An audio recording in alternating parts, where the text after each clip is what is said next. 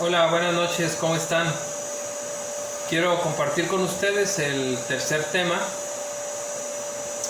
del pequeño curso del curso de Biblia, con la intención de suscitar en ustedes, sobre todo aquellos que no han tenido un acercamiento a la palabra de Dios, para que puedan tener algunos elementos que les pueden ayudar a acercarse a ella sin error, evitando interpretaciones erróneas, fundamentalistas, no con la intención de hacer adeptos, sino con la intención de conocer al que es la palabra Jesús y podamos decidirnos a su seguimiento. En un primer tema vimos la parte introductoria de la Biblia, algunos elementos esenciales de lo que es la Biblia y todo lo que significa para cada uno de nosotros, cuáles son sus partes, etcétera, etcétera. En el tema pasado pudimos mirar la importancia que ha tenido la palabra de Dios en la vida de toda la iglesia, desde su origen con los apóstoles y hasta nuestros tiempos. En ese sentido comentábamos la importancia que tiene la palabra de Dios o un lugar central, la palabra de Dios, dentro del culto, dentro de la liturgia de la iglesia. Indudablemente el Concilio Vaticano II, aquel acontecimiento de la iglesia en 1962 a 1965, en uno de sus documentos decíamos el Dei Verbum, que habla precisamente de la divina revelación y que marca un decidido camino regreso al texto sagrado para todos los creyentes católicos, es decir, el fácil acceso de la Biblia, del texto sagrado, de las Sagradas Escrituras para todos los creyentes. Sin embargo, también la misma constitución dogmática, llamada Dei Verbum, nos da unos elementos muy indispensables para que ese acercamiento, como dije al principio, sea sin error. De tal manera que este pequeño curso tiene mucho que ver con cuestiones, por así decirlo, técnicas. No es propiamente un compartir la palabra de Dios a manera de temas o de reflexiones o para sacar propiamente un mensaje del texto bíblico. Ahorita lo que pretendo yo como catequista de adultos es compartir con ustedes algunos elementos indispensables, algunos elementos doctrinales que nos van a ayudar a acercarnos al texto sagrado para poder descubrir el mensaje salvífico que tiene para nosotros, pero hacerlo sin error. ¿Por qué insisto mucho en esto? Porque precisamente una interpretación al margen de la iglesia, una interpretación del texto bíblico al margen de la tradición apostólica, de su magisterio, da pie a muchos errores. Y eso ha marcado desde la Reforma Protestante una cantidad inmensa de grupos y sectas que se han formado cada uno precisamente a la forma en la que interpretan el texto sagrado. De tal manera que lo que pretendemos nosotros es seguir transmitiendo como catequistas la fe de la iglesia y la palabra de Dios, o el depósito de fe que Jesús ha querido dejar a la iglesia en su palabra, pues que siga siendo transmitido fielmente. Indudablemente este encargo, como lo vamos a ver más adelante, fue confiado a los apóstoles, pero recordemos que todos los bautizados somos corresponsables del mandato misionero, ir y hacer discípulos a todas las gentes. De tal manera que cuando nosotros compartimos la fe de la iglesia. No es mi fe, no es la perspectiva en la que yo veo la fe, sino la fe de la iglesia. Por eso es tan importante la doctrina y el magisterio, que siempre han mantenido inerrante el único mensaje de Dios contenido en la Biblia.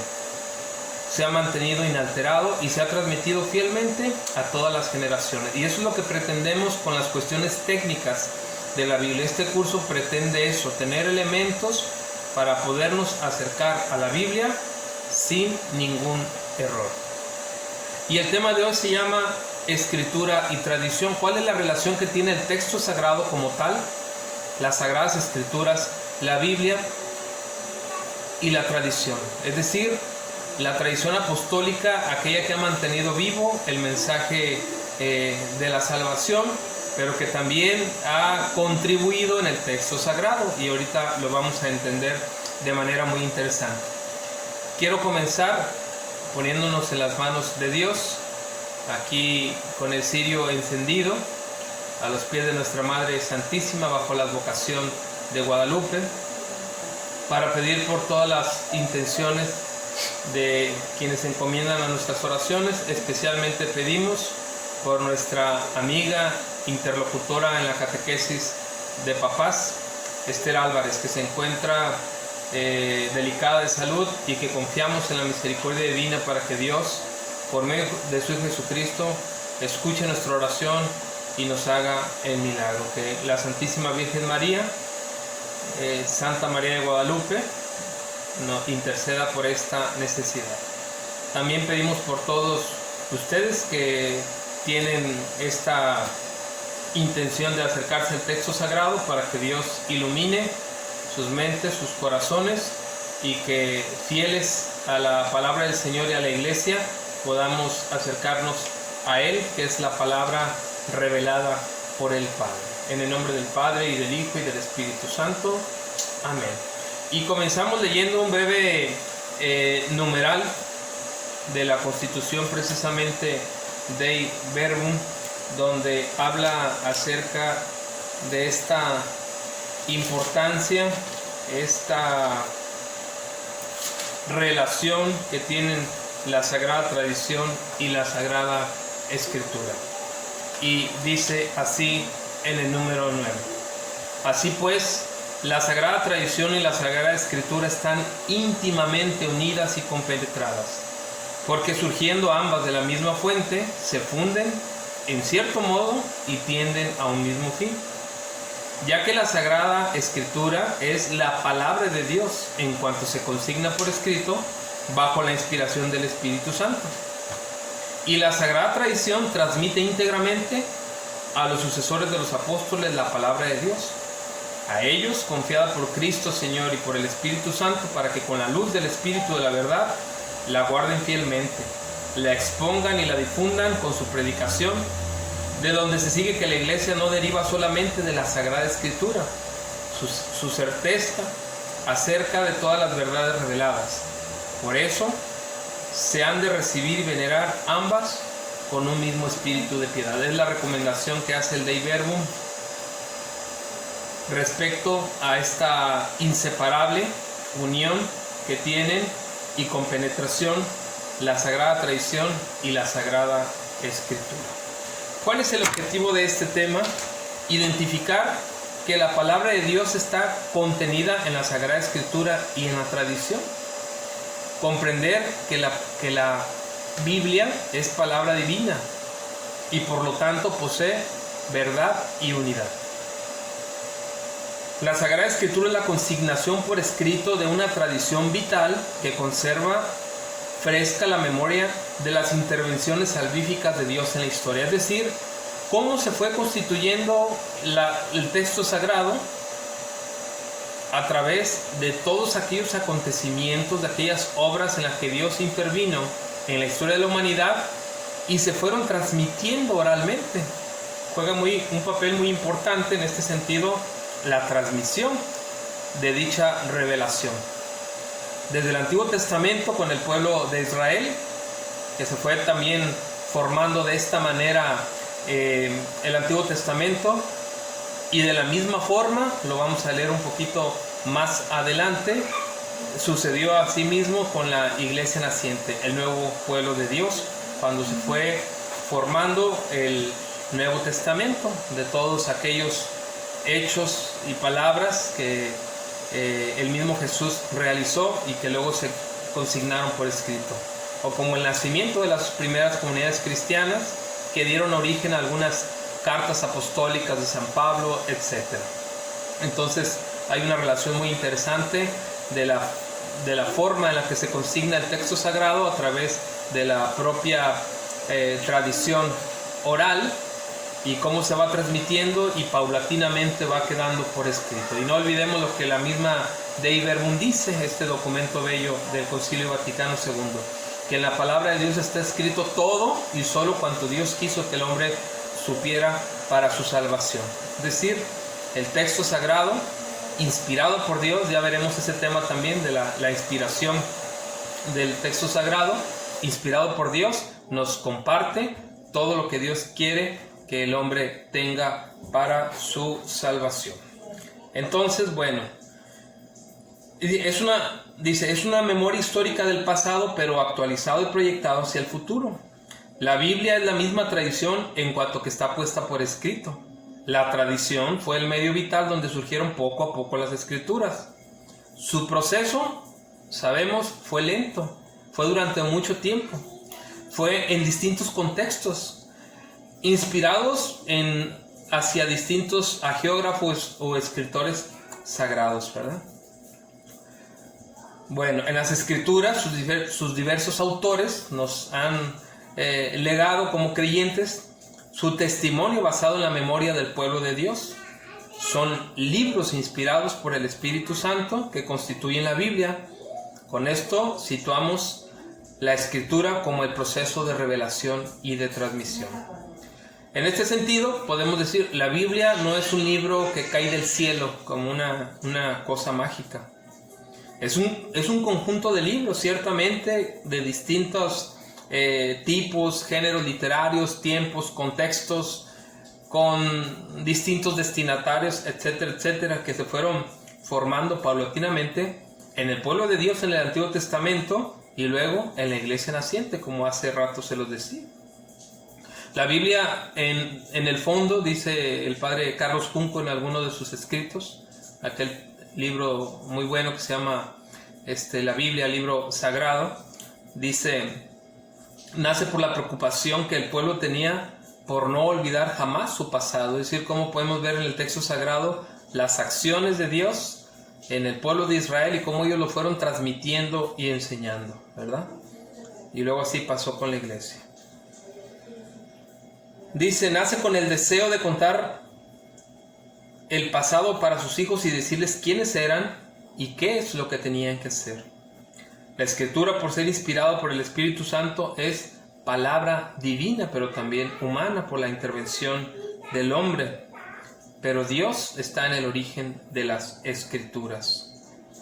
Los escritores sagrados pues son verdaderos autores literarios. Cuando podemos mencionar cuál es el autor de dicho evangelio o alguna carta, etcétera, alguna epístola, bueno, son verdaderos autores, ¿verdad?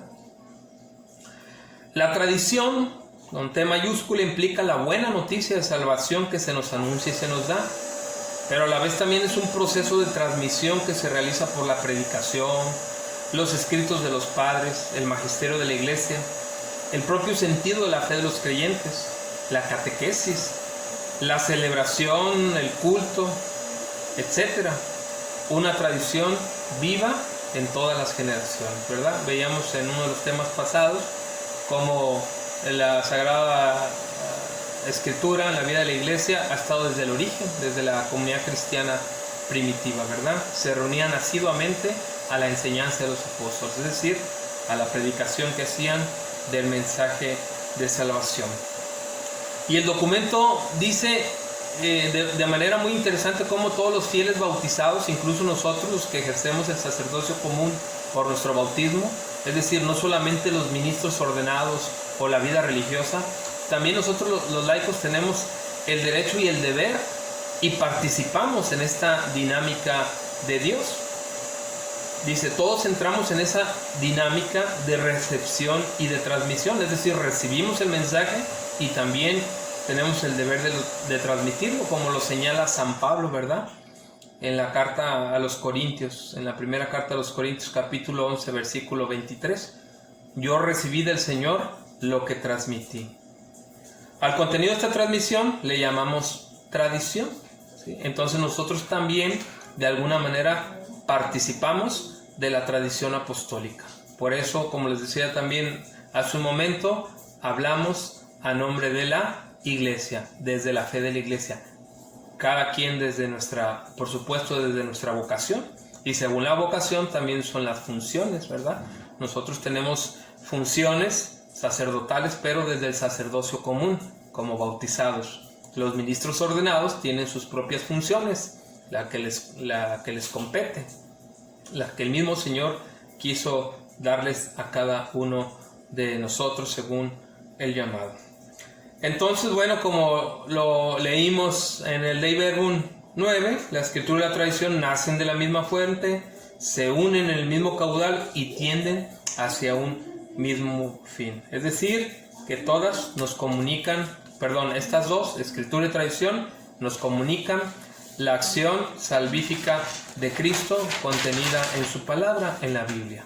Y les recuerdo lo que dijimos en el primer tema: acercarse a la palabra de Dios es acercarse a quien es la palabra, al mismo Jesús, al Hijo de Dios.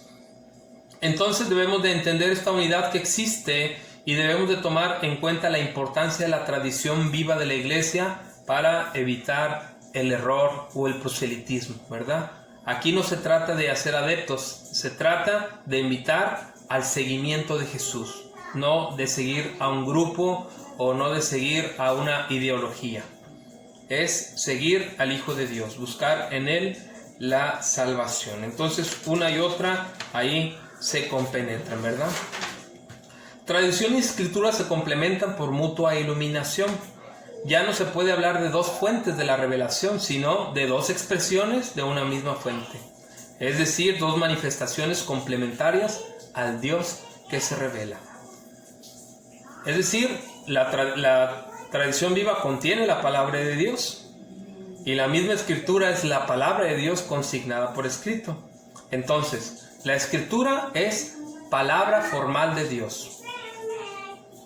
Es palabra de Dios expresada en forma y en lenguaje humano. La Sagrada Escritura es palabra de Dios en cuanto escrita por inspiración del Espíritu Santo. La tradición es palabra formal que procede del hombre y contiene la palabra de Dios. Es decir, la tradición recibe la palabra de Dios encomendada por Cristo y el Espíritu Santo a los apóstoles y la transmite íntegra a sus sucesores para que ellos, iluminados por el Espíritu de la verdad, la conserven, la expongan y la difundan fielmente en su predicación. Y ojo, ha sido puesta a la iglesia, pero, insisto, nosotros como bautizados comunes tenemos el deber también de participar en la única misión de la iglesia: llevar el Evangelio a toda criatura, ser discípulos de Jesús. Entonces nosotros, cuando participamos en la catequesis o en alguna acción de la iglesia, se dice que estamos haciendo pastoral, que viene de pastores. Es decir, hacemos las veces, no en cuestión de funciones, cada uno desde su vocación, pero hacemos las veces de pastor cuando comunicamos la fe de la iglesia a otras personas. ¿Y qué es lo que comunicamos? El mensaje de salvación. ¿Cómo lo hacemos? Bajo la doctrina de la Iglesia Católica, para que nuestra acción pastoral sea inerrante, inequívoca. Eso es algo muy importante. Por eso, acercarnos al texto sagrado, sí, dice la Iglesia, ahora podemos tener acceso a la Biblia, podemos tener una Biblia en casa, pero el lugar privilegiado de la palabra de Dios seguirá siendo la liturgia de la Iglesia, justamente por custodiar que esa verdad sea transmitida fielmente. Entonces, una luz muy importante para cuando nosotros leemos el texto sagrado en casa, por ejemplo, que lo hagamos a la luz del magisterio, tomando todos estos elementos, los llamados así por mí, no sé si bien o mal, técnicos, para poder acercarnos al texto sagrado sin error. Entonces es muy importante esto. Mutua relación entre sagrada tradición y sagrada escritura. Dice así pues, la sagrada tradición y la sagrada escritura están íntimamente unidas y compenetradas.